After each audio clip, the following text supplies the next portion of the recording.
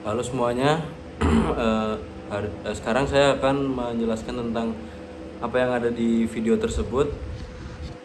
Nah, jadi di video tersebut itu BJ Fogg menjelaskan tentang kebiasaan dan cara terbaik untuk mengkonseptualisasikan adalah suatu yang dilakukan secara otomatis tanpa harus dipikirkan.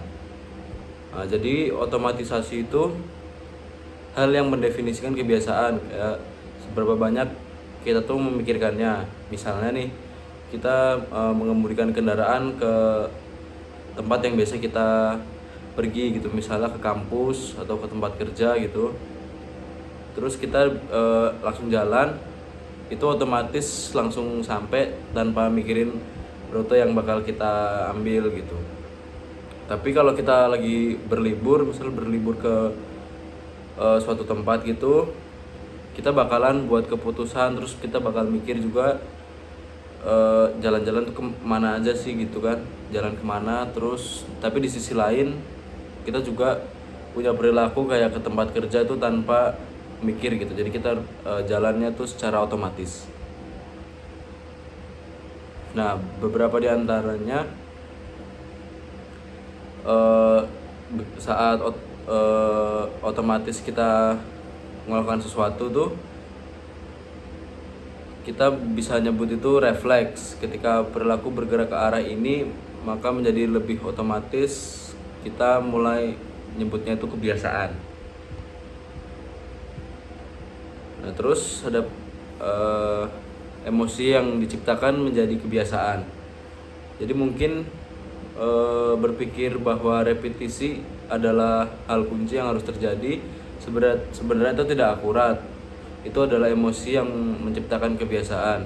Jadi jika kita melakukan suatu perilaku dan merasa emosi positif saat melakukan atau segera setelahnya, perilaku tersebut bergeser ke arah menjadi otomatis.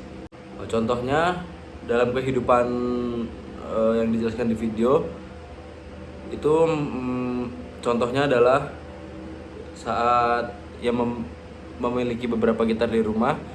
Dia punya 3 gitar yang bisa dipilih, tapi kemudian dia pergi ke Nashville dan melakukan beberapa pengajaran dan pelatihan di sana kepada orang-orang layanan sosial.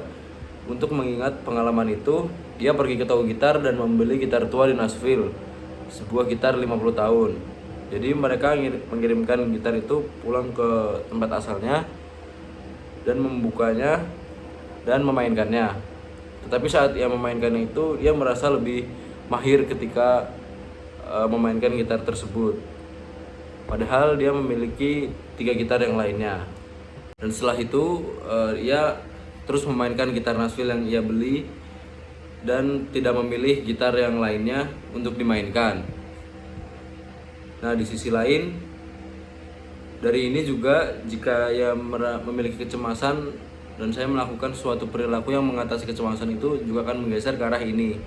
Jadi misalnya jika ia merasa nyeri di lengan, ia akan menggunakan perangkat pelepas myofascial dan menggosokkannya, itu akan mengurangi rasa sakitnya. Maka itu terjadi otomatis di hidupnya. Ketika merasakan nyeri, dia akan mengaitkan dengan peredaannya. Tapi semua kembali ke 3 kata yang sama, yaitu emosi, menciptakan kebiasaan.